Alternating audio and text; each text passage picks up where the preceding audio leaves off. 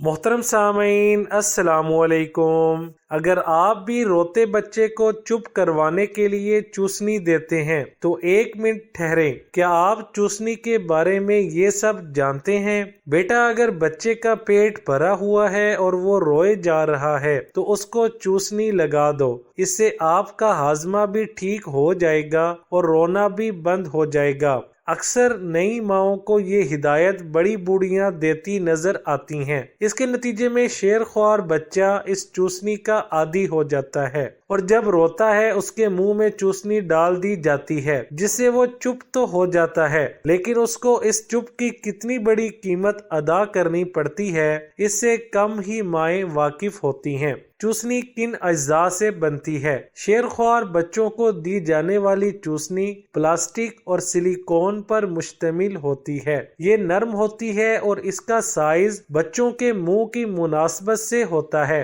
ये अज्जा खाने के लिए नहीं होते।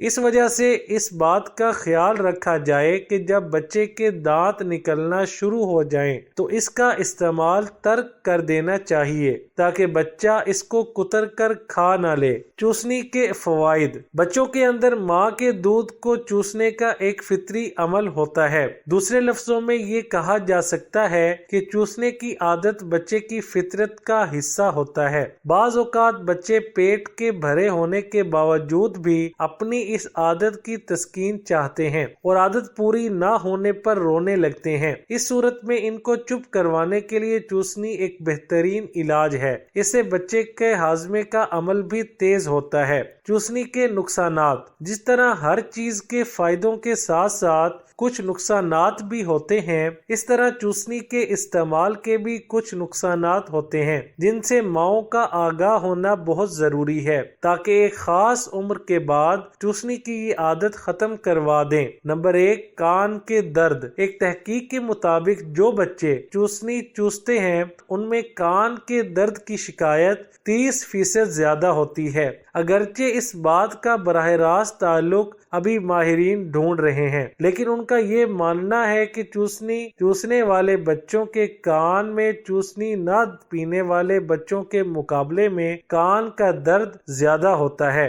नंबर 2, देर से बोलना। इंसान जुबान की हरकत से बोलना सीखता है। जो बच्चे चूसनी पीने के आदी होते हैं वो आम बच्चों के मुकाबले में देर से बोलना शुरू करते हैं, क्योंकि चूसनी पीने की सबब उनकी जुबान ज्यादा हरकत से महरूम रहती है। इस वजह से उनमें तोतलेपन के शवाहिद भी ज्यादा देखने में आते हैं। नंबर 3, जरासीम का सबब। चूसनी बच्चे के मुंह में जाने वाली वो चीज होती है जो कि बाहर के जरासीम की लपेट में आ जाती है, जिसकी वजह से जो बच्चे चूसनी इस्तेमाल करते हैं वो आम तौर पर पेट दर्द, उल्टी, मोशन वगैरह जैसे अमराज का शिकार ज्यादा आसानी से और चूसनी के जरिए हो जाते हैं। इस वजह से चूसनी की सफाई का एहतमाम बहुत जरूरी है और हर थोड़े दिनों के बाद इसको तब्दील कर देना चाहिए। नंबर 4, दांतों का टेढ़ा होना। पहले साल से बच्चों के अंदर दूध के दांतों के निकलने का अमल शुरू हो जाता है। बच्चे के जबड़े और तालू बहुत ही नाजुक हड्डी से बने होते हैं। मुस्तकिल चूसनी के इस्तेमाल से उनकी साख्त मुतासिर हो सकती है।